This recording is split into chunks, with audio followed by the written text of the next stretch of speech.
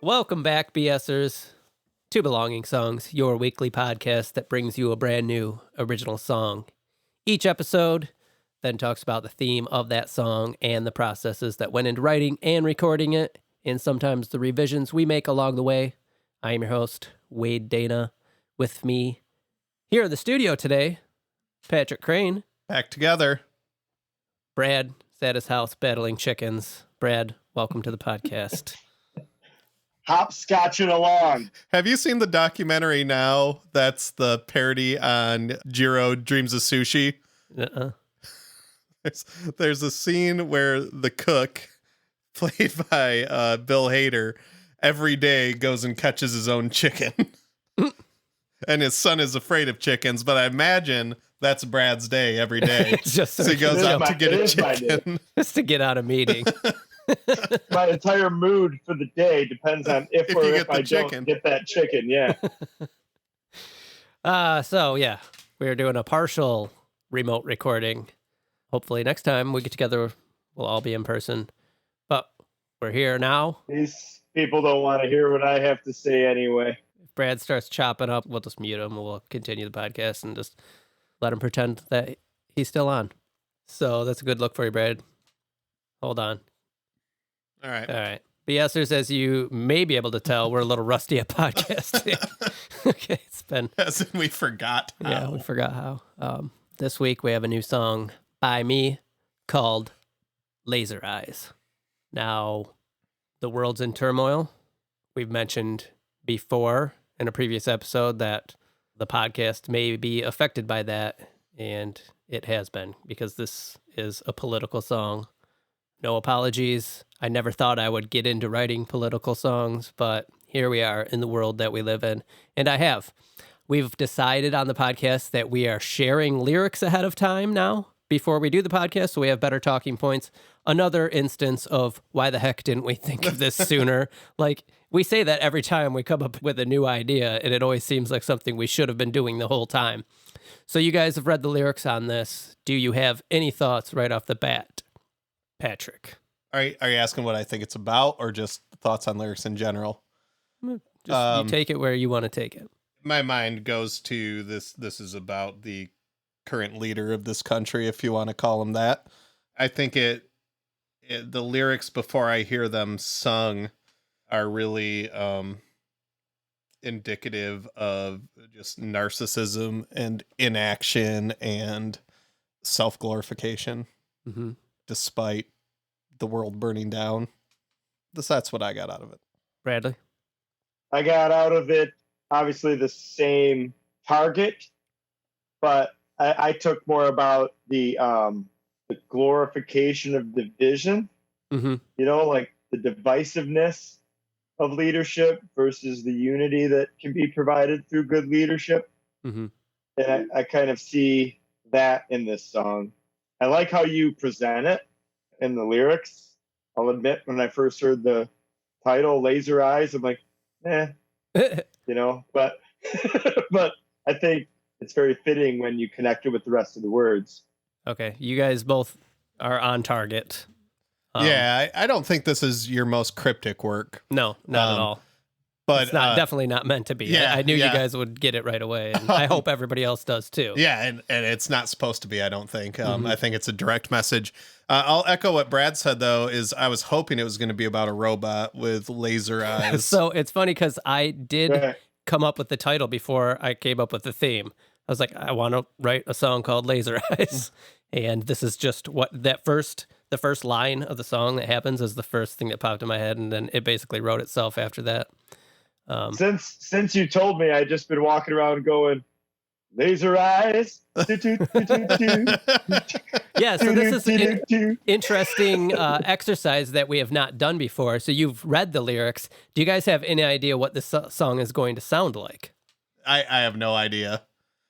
Nothing that like popped into your head. I can't tell based on the lyrics. You know, it seems like a song where you would be a little more angry in your delivery than usual, but I expect because it's you, it's not going to come off that way.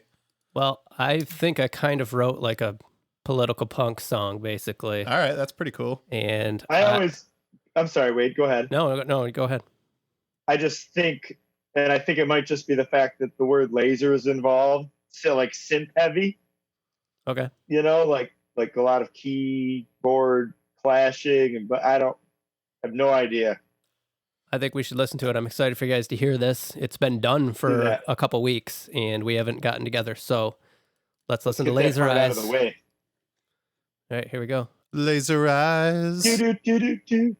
Laser eyes on ruined guides. I don't share your focus now, but it's no surprise. Oh well, you got it covered. I hope it's time because I just can't stand to sit here and endure one more in your life. Yeah, you got it covered. Yeah, I hope it's time because this whole conniving system rising just to for you that to survive. Laser eyes on ruined kind. The floating cost of Nessian screams your lullaby. Nail the elector, the false glorified. I can't believe in your sanctity with no good thoughts for enduring crimes. The sobering side of inequity is the sickening portent of historic lies. Laser eyes on ruined kind. The social loss of prudence seems fit to be your prize. Oh well, you got it covered. And I hope it's time because I just can't stand to sit here and endure one more in your life. Yeah, you got it covered. Yeah, and I hope it's time because this whole conniving system rising just for you that to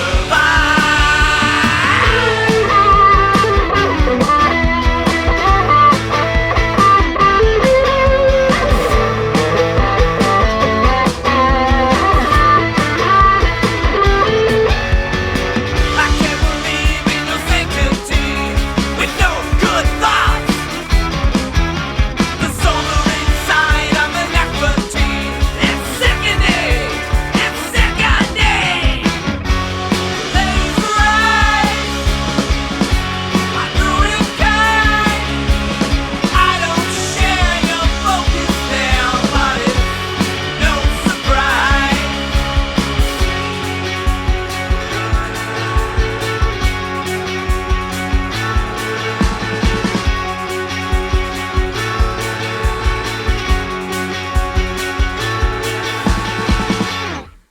You good, Brad? Yep. All right. So no synths. Pretty much straightforward. Zero synth. Yep. Drums, bass, guitar, vocals. That's it. What do you guys think? I think 2 guitar tracks, maybe 3. Didn't sound like that many layers. Yeah, this is pretty stripped down song. Brad's getting ready to unload. No, What is going on? I'm just, Why I'm did you waiting just my look like you turn. came out of the bullpen and we're doing your ritual? Send in Wild Thing. I hate technology, so I wanted to wait for a space before I started talking a little bit. But I fucking love that song. Okay, awesome. Yeah, it's cool to hear a straightforward, just rocker come out of here. You're right. It's definitely a punk song. The only critique I had that I think gets in the way of its punkiness is the lead guitar on the higher register. Okay. I would almost like to hear just the power chords of the rhythm guitar, Oh. particularly in the chorus, Mm-hmm. because I really like how you sing the chorus, especially the I don't share your focus there. The timbre on your voice is incredible there. I really, really like how... Yeah, this has those 2 guitars throughout the entire song. Yeah. And I think that higher register just gets in the way because I just want it to shred in the lower tone power chords for the chorus. Brad, what do you think about that? I'm not too mad at those guitars. I think that kind of reminds me of like, just the other guy in the band, and it's not like it's a complicated line. Yeah. So it's just moving around a little bit in a different place. And this also is not mixed at all. Yeah, yeah, right. So that might be down a little bit. I think maybe to satisfy both of us, maybe just make sure that those power chords are the driver. Yeah, of or that maybe part. pull that higher guitar out, do a little of arranging on that other guitar. Maybe pull it in and out a bit. Maybe accentuate it in different places to make it a little bit more important. Mm-hmm. But I think you don't want to escape too far from the simplicity of the song. Right. I thought that was important for this type of song. Brad, like you had mentioned synths and stuff, and I was like, well, maybe I'll throw some in there while I get to mixing it, but I wanted you guys to hear it, and I don't know, the more I listen to it, the more this is just like a raw, gritty punk type song that needs to stay on message and just kind of punch you in the face. And that's why it doesn't let up, really. More instrumentation would ruin this song. Absolutely. Don't do that. Yeah. And that solo is dirty. Oh, dude, I wrote, quote, I love the messy. Yeah. It's like you're kicking the amp. Yeah. So let's get technical a little bit. Yeah.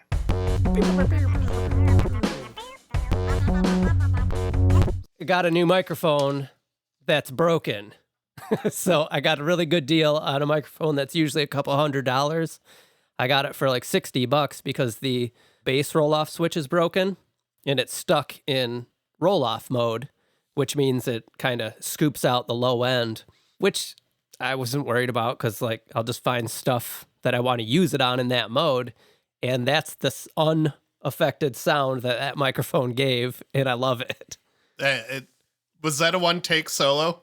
No, I built that. Did you? Yeah. It sounds one take. I played that in one take. Yeah. But I wrote it, It's so good. That's my favorite way Dana solo. I love it too. It just fits the song because it's so garagey and just tough. It's very unpolished, which is what this needs to be because it's like you're doing it with the amp that you have. Yeah. And that's the amp you're going to have. It's not... You know what's funny about that solo riff, and Brad, you might recognize this the more you listen to it, is that when I pick up a guitar, everybody picks up a guitar and does like a default little noodle like you have that you just kind of like, I picked up this guitar and give it a little thing. That solo's kind of my noodle that I've developed over the years that I'll just do if I pick up a guitar real quick. And I ended up turning it into that solo part of it, which was kind of fun. This is completely off topic, but there's an early Nirvana song, Patrick, you might have to help me out with this, that is from like Sliver, or what is this? Is there a song called Sliver, right? Mm-hmm. Early on. I think the end of that song, like they play through the whole song and there's like these notes that just go, I know what you're talking about. Yeah, I hear that little at the end of like every song I hear. So that's a lot like that reminded me of that way, like what you just said. Yeah, you just develop these little noodles that you do. Yeah, it's like sometimes I'll pick up my guitar and I'll just go. Yeah, like I gotta get my settings, so this is what I'm gonna do while I'm doing it. Yeah, so that was fun to turn that into a solo. And that microphone is a EVRE11. That's the one I got. So there was like $60. Would you say that's all microphone, or like what did you do amp wise for that? Oh, since we're technical, that is, I'll have to go into the session and look because I started labeling everything because I want to do our song packs on Instagram. Just do a little voice drop on here and see where that. I will let the listeners know. It was. I think I was using this my Sun amp for this song. Okay, I could see that. Mm-hmm. Because it's a real harsh sound. Mm-hmm. Yeah. I think it's a harsh sound captured with like a really harsh microphone, and that creates that real garagey, kicked out speaker kind of sound. It's really cool. What we're using for distortion, is that the Rat? Yeah. I believe it was the Rat for that solo. So sounds like the Rat. Let's go to the board and put 2 points on there for Patrick. That's pretty good. I should add better notes. That's something we'll also have to keep track of in future episodes and be like, why weren't we doing this the whole time? But you can't do logging while you're in the middle of a creative process. It's So- hard for me. Brad, in Pro Tools, there's the comment section, and I've been I utilizing fill it that. up. Yeah. Right. So I That's do right. have. I write. I think this was the first song that I started logging everything. So I will make an Instagram tech pack full of pictures of the gear that made this song. We'll post that on Instagram this week. I utilize the logging as much as I can, like in that comment section. Mhm. But like I work, I think I work so quickly that I just sometimes it'll be like 4 tracks later and I forgot what I did. Yeah. So I used my Fender lead guitar on this song, and I think That sounds about right. the solo is my SG. Love that guitar, if I haven't said that enough. Yeah, single coils. Yeah. I was like, it's a punk song. It's got to be single coil, simple as I could make it. Yeah, that's I'm proud of you on that song. I like that song. I think it's so direct and it's a little different. It's not different for you. It's different than the sounds of the songs, like the type of songs you've been doing. Mm-hmm. It's different in that regard, but I don't see that it's strange coming out of you Right. because you've done quite a, Yeah. You've got some hits and songs Has like less that. than 8 parts. Yeah. When I go to mix this, yeah, it really it fits all on one screen like the session Yeah. does. There's not a lot of tracks to mix. You guys think this is ready to go into the mixing stage? Yeah. I think it's ready to mix. I think keep those couple of little pointers in mind. Like I think you want to highlight sort of the punk rock portion of it. Mm-hmm. I think it wants to be kind of vocal forward Yeah. and power chord forward. Yep. Okay. I've got so few notes on this song. Bake it. All But- right. It doesn't change what it did. I just think you wrapped it up nicely out of the gate. It's not complex, which is you can't sit here and talk about a Minor Threat song for 15 minutes.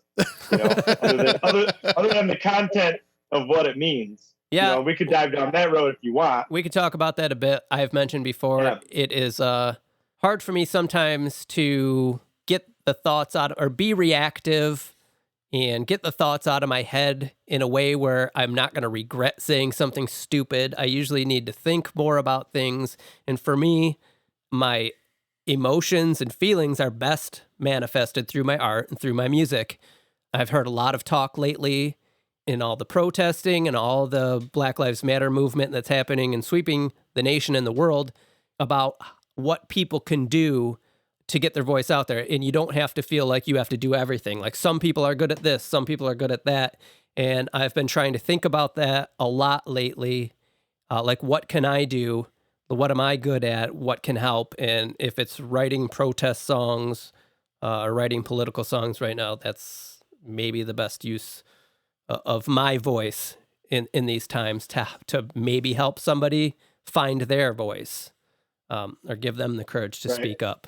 So that's I think it's important. This is going off of the song, but it's important to remember that attitude and that positivity, right? So like you're owning a little bit of something. right. And so that's a positive thought. That's not a negative thought. A negative thought is you going, well, we're doomed. Screw it, right? But you're actually contributing something, and I think history has shown, although it's tending to repeat itself quite a bit here recently, that is what really makes change, and that's really what is the foundation of thought-provoking movements. Mm-hmm. And I think the more people that do it and the more people that contribute to that theme, the better off we're going to be 2 or 5 years from now. Right. And so then the only challenge from then is let's not do that again. You know, Right. we have a very good habit of doing it again. But let's not You forget know, it. so the problem is once it quiets down, it's quote unquote over, and there's a new hot issue that the news is telling you all about, Right. and that's the thing to talk about. And so the songs, although like it's great that it's happening, like you wrote that now, you know, maybe it would have been great if you wrote it a year ago. You Yeah, know? no, I think it would have been. Right. Yeah, but that's what we need to continue to think about as artists. I think is it is cool that it's a current event and it's the thing that's happening, but you know, I think that's the challenge for you and for me and for Patrick and everybody that creates any kind of art is to continually kind of pull that thread and not worry about the fact that it's, you know, we can easily just now let this thing kind of go, and there will be a couple of little policies that are made to make people happy, and we'll write songs about how our days went again. Yeah. You know, but I think we need to continue to remember this time period Mhm. and go, well, we don't want to go back there. This is how we don't do that. And this song will help because this song is angry, it's short, and it's blunt, and it's catchy. And so it's got all of the things that are listenable for people. And I think that's a true asset for right now because it's another dart to throw at the board. Right. And I'm not saying all my songs are going to be political moving forward. They won't be, but No. I want to keep things like this in mind more and be more mindful of what I am putting out in the world. Because for many years, I've thought like, well, I don't really have that much to say, or nobody's going to listen to me. Well, everybody has things to say. Everybody has their own thoughts and opinions. And we've got this very small platform here, and hopefully some like-minded people listening or people who are open to changing their mind. And you don't have to think the same way. You just have to be able to not argue, right? Like you just have to be able to listen and go, oh, well. Or argue thoughtfully. That makes sense also. I will put that into my brain, and that will be a part of how I think now, you know? I think music has always had that tradition, but maybe not always, but since the 30s of it provides the artist some level of catharsis, but I think more importantly, it helps to drive a movement. I mean, on a small scale, we all have those songs that we go to or those albums we go to when we need to emote and we need to let something out and we need to let somebody else's lyrics or somebody else's music speak for us. So I think it does play an incredibly active role in whatever message you're helping to deliver because somebody's going to latch on to that.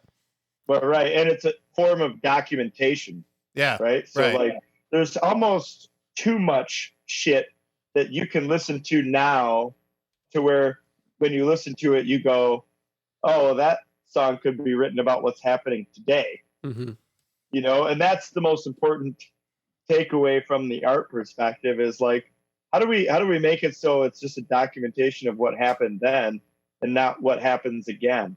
Right. You know, that's the challenge for, I guess, people. And again, it's mind blowing to me that all of these other things outside of just being a good person take effect and preside over just being a good human being and a good person. I will never in a million years understand that mentality that what I want for me is more important than everything else. It doesn't make sense. Never will. I'll write a song about it. You guys can hear it later. All right. Well, I think we should jump in the time machine on this one, get it mixed up and get it finished up and give it a re-listen. Love it. Dave didn't bring back the time machine, did he? Oh, is he still out? He's still out. I heard they were going to try to tow Chucker's boat behind it. So he brought it to the hitch shop. I mean, how are you going to tow a boat behind a DeLorean?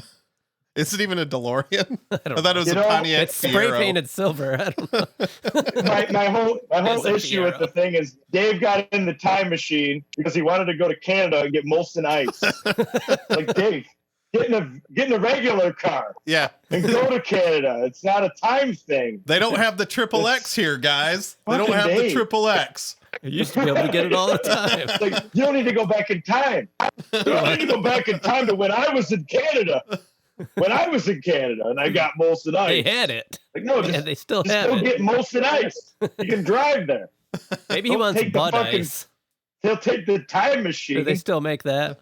I don't know. Molson Ice is the first beer I ever got drunk on. Not proud, but it happened. Oh, I thought Natural Ice was the beer everybody got drunk on. Look like a half a can. Yeah. To get drunk on when you're just drinking. The label's black. Anyway, it must be badass. Yeah, the can is dark. Yeah. All right. Yeah. All right. Well, I don't know. Well, I guess we'll wait till he gets back. And then we'll jump in the time machine. Hopefully he comes back. Yeah, that makes sense. He'll be back. To the future. Yeah. Should we just do it ourselves this time? Yeah, I suppose we can. All right. So, to the future.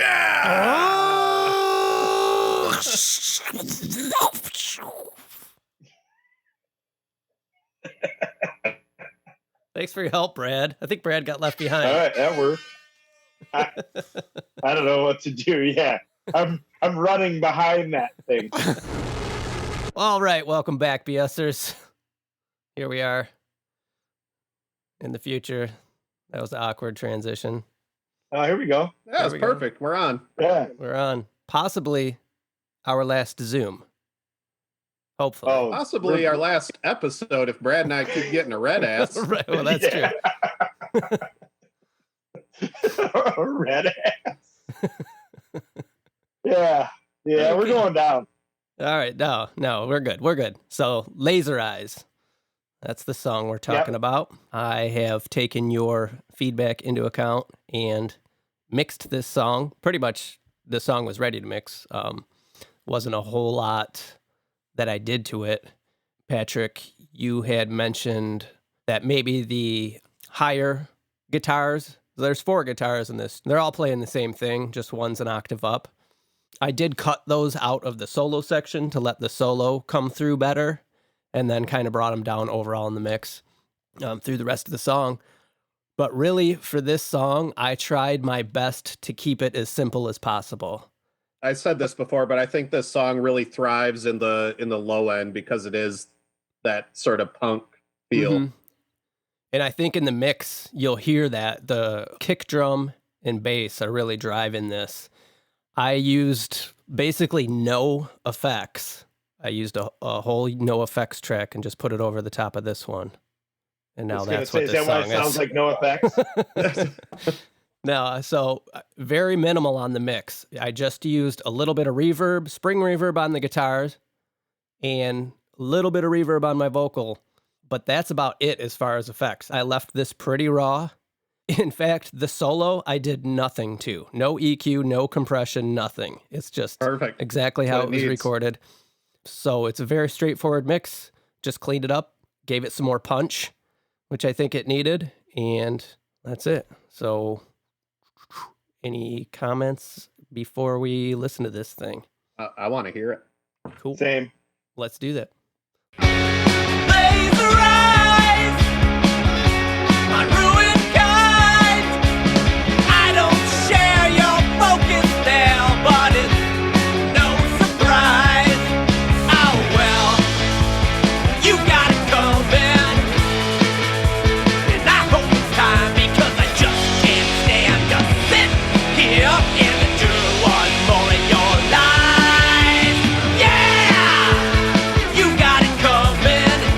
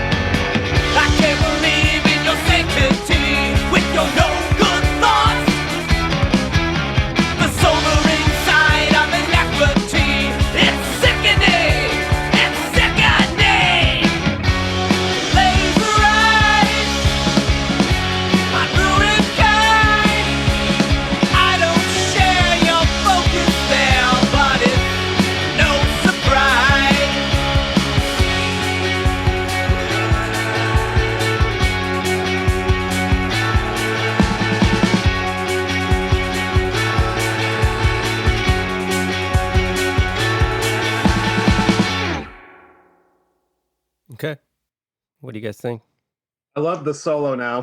I think getting rid of that high register really makes that solo, like you said, it punches its way through the song. It's great. Yeah, yeah, I agree. It really needed that to take those couple guitars out so they didn't step on it. Yeah, this is great. This is ready as far as I'm concerned. I think it's another example of less is more for this song. Keep it simple, keep it moving. It's 4 on the floor, messy solo that works perfectly. Brad, did you lend Patrick one of your chickens? Yeah, he needs one. Did he freeze? Did he freeze up for you too? Yeah. All right, good. He got his thought out. I just typically assume it's me. Okay. I'm having issues for some reason. I don't know what you heard, but I think we heard everything. Yeah, it all got there. Okay. Yeah, I agree 1,000% with all of Patrick's comments. I think this song, especially for somebody, Wade, like I don't remember ever talking about like punk rock music with you and going through that phase with you. I went through a phase. I think Patrick went through a phase of it where we listened to Minor Threat, Fugazi, or all of it. And this song really hits a mark in that vein where it's just it's everything that I like about that music. Cool. Yeah, it's all about the message. It's you have something to say and you say it, no frills. And it's beautiful in that way. Well, and though there's a catchiness about it where like the first couple times, you know, like the Laser Eyes chorus comes in and I'm like, yeah, that's good. But then by the third or fourth one, like I want to sing along with it. Right. You know, so I like that a lot. I think that's the other thing that is a really good point. It's easy to sing along with it. It's anthem-like. Yeah, was definitely a goal. And that's why I did those big yes, you know. Yeah. Something that. So I think you hit all the marks. I think that was a good use of the process here where you were able to kind of fine tune it a little bit based on a couple of the remarks from Patrick. And I think it's right where it wants to be now. It's a great song. It works for me. I can't believe I was right about one. God bless it. Finally, the guy gets a win. Yeah. Like I said, I tried to keep this as simple. I had to fight myself a little on it. Like I didn't edit the vocals or tune anything or touch anything up. It was always, I would catch myself doing some mixing and I'd be like, wait, no, just pull that off, pull that back. And tried to keep that it song. That's simple. A good example of like what certain songs need and what certain songs don't need. Yeah, like you could have taken that to something completely different. Totally. Could have Butch Vigged it. I'll show you the session at some point because it's really small and there's like hardly anything going on in it. So that's perfect. It was fun to get it to turn out pretty much how I envisioned it sounding. From the get-go. That's a great job. Cool. Like I said, this song's about Donald Trump and fuck him. So yeah, and the only notes that I have from that last session is good drink south of no north. So that is a drink recipe that Patrick gave us. Oh, okay, the Paloma, I believe, was referenced. Yeah. What was the second part? I was looking for like, what did I say about this song? And I was like, oh well, like I was apparently preoccupied with something. So anyway, it means that I liked it right out of the gate. I'm the one who publicly gets shamed for my notes. Right. Well, they're usually spaceships, pictures of spaceships. Right. Phallic spaceships. Right. Yeah. Interpret them how you want, bro. BSers, when we were recording this initial episode, Patrick was doodling a picture, and I did put that up on Instagram, and it's a guy with laser eyes. Oh, yeah. Check it out. Wearing a shirt that says brats and butts. Yeah, it does say brats and butts because we were singing a song beforehand that just went brats and butts and brats and butts and brats and butts and brats and butts. And with Summertime that, jam. it's probably a good indicator that it's time to get out of this episode. Thank you so much for listening. As always, you can check out the before and after versions of all our songs on our website, belongingsongs.com. There you can also send us a message, hit up the forums page, or you can email us directly at bs@belongingsongs.com. Like I said earlier, check out our Instagram page. We're putting content up there that relates to each episode when we can. Just search Belonging Songs on Instagram. You'll find us there. This episode is produced by Satellite Chicken Sound Lab. So if you or anyone you know needs help producing a podcast, go to satellitechicken.com. Satellite Chicken Sound Lab is me. That's a new thing I'm starting. Also, t-shirts in the house. Belonging Songs, first generation t-shirt coming at you soon. I have to figure out how to put a store on our website, but I will do that. And as always, thank you so much for listening. We'll see you here again next week. Well,